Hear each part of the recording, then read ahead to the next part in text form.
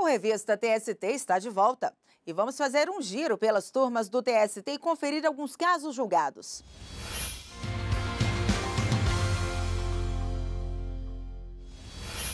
Começamos pela quinta turma.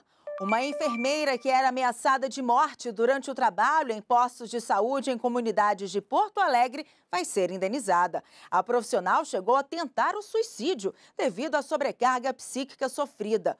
Os juízos de primeiro e segundo grau haviam negado a indenização. O entendimento foi o de que não teria havido ato ilícito do empregador por se tratar de violência externa provocada por gangues. Mas para o relator do caso no TST, ministro Breno Medeiros, ficou constatada a existência de dano moral decorrente do sofrimento emocional da profissional durante o trabalho.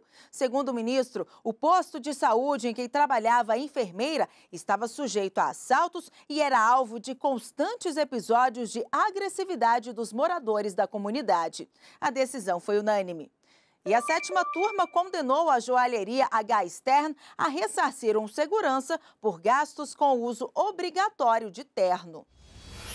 O Tribunal Regional do Trabalho da 4ª Região, no Rio Grande do Sul, havia negado o pedido de reparação ao segurança. Entendeu que o fato de a empresa exigir que o empregado use traje social sem qualquer padronização que o vincule ao empregador não assegura o direito ao recebimento do valor da roupa. Segundo o TRT, o terno é traje de uso comum na sociedade e não tem necessariamente valor elevado, diante da variedade e oferta no mercado. O segurança recorreu ao Tribunal Superior do Trabalho. No exame do recurso de revista, o relator, ministro Cláudio Brandão, afirmou que a definição de código de vestimenta se insere no poder diretivo do empregador de conduzir a atividade da melhor forma na empresa. Porém, o direito deve ser exercido em observância aos princípios da razoabilidade e da proporcionalidade e em respeito à dignidade do empregado. Para o ministro, a exigência da empresa é razoável, por ser comum o uso de terno por profissionais de segurança, especialmente no ambiente de joalheria de luxo. Por outro lado, ao contrário do que foi decidido pelo Tribunal Regional, não se trata de vestimenta indispensável, utilizada no dia a dia pela maioria dos trabalhadores. O relator considerou ainda desproporcional o custo da vestimenta e o salário recebido pelo segurança, de R$ 1.600. O ministro ressaltou que a exigência de terno e gravata para advogados ou para executivos em grandes empresas, por exemplo, é diferente da mesma determinação para trabalhadores de outros ramos. Estou negando provimento ao recurso de revista da reclamada e dando provimento exatamente para determinar que esse pagamento seja efetuado, e aí estou restabelecendo a sentença, pela reclamada, já que ela exigia esta vestimenta própria para os seus seguranças. A decisão da sétima turma foi unânime. A sexta turma anulou sentença em que o Clube de Regatas Flamengo havia sido condenado ao pagamento de horas extras a um instrutor de remo. De acordo com o processo, o preposto do Flamengo informou que os professores técnicos não batiam cartão de ponto. Com base nisso, o juízo de primeiro grau negou a oitiva de testemunha indicada pelo clube, por considerar que o depoimento não poderia suprir a ausência do controle de frequência, como é exigido por lei. No Tribunal Regional do Trabalho da 1ª Região, a condenação do Flamengo foi mantida.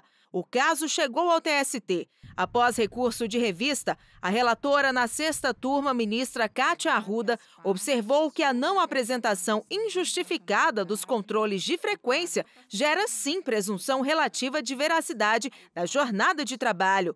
Mas a relatora acrescentou que a falta do ponto pode ser suprimida por prova em contrário.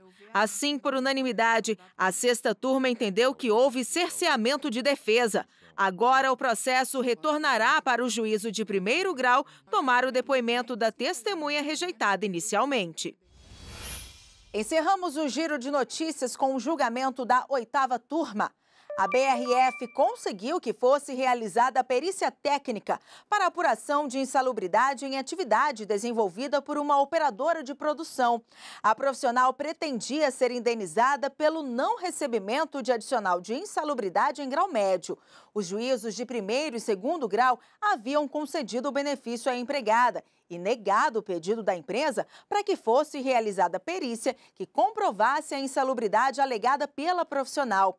Entenderam que a medida não é obrigatória, mas ao julgar o caso no TST, a relatora ministra Dora Maria da Costa explicou que a realização da perícia é imprescindível e quando alegada a insalubridade, o magistrado deverá determinar a perícia, mesmo que não tenha havido solicitação das partes. Por unanimidade, a turma determinou o retorno do processo à Vara do Trabalho de origem para que seja realizada a perícia para a apuração da insalubridade.